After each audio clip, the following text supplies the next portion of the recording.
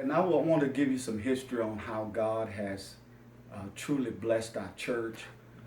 While we were meeting, I formed a committee to start looking for some land, even though we didn't have a dime in the bank.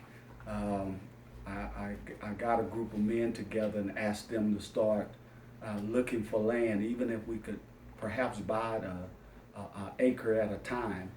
And they began to go out into the area, and they became a little discouraged because all of the land that they found was $100,000 an acre. And so they came back to me and said, well, Pastor, we need to just wait until we get some money, because all of the land that we found is at least $100,000 an acre. And so we somewhat disbanded that group.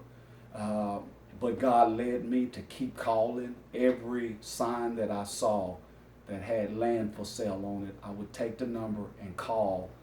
And sure enough, every number I called, the land is $100,000 an acre. And one day I called a number, and the guy sure enough said the same thing everybody else was saying, that the land is $100,000 an acre. And I said, well, okay, well, thank you for your time. And before I could hang up, he said, well, wait a minute. What are you calling for? And I told him, I said, well, we're a small church, just looking for some land perhaps we could buy for, an acre at a time or whatever. And he said, well, you know what? I'd like to meet with you and talk with you. And so we met a couple of times, and we were actually looking at 10 acres of land. He had a 10-acre parcel of land. And he told me, he said, I'll tell you what I'll do. He said, I will reduce the price of the land to $17,000 an acre, which was a wonderful price, but we still had no money.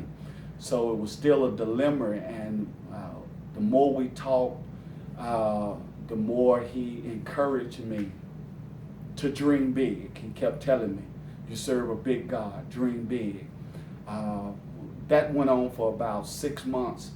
And one day I got a call from him, and he said, well, Pastor, I believe God is leading me to donate that land, which floored me, because I just never imagined that somebody would donate that kind of land to a church.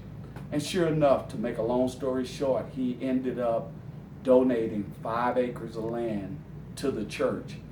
I told him that I was not going to bring that back to the church until I had something in writing, because I didn't want to get the church excited and then he changed his mind.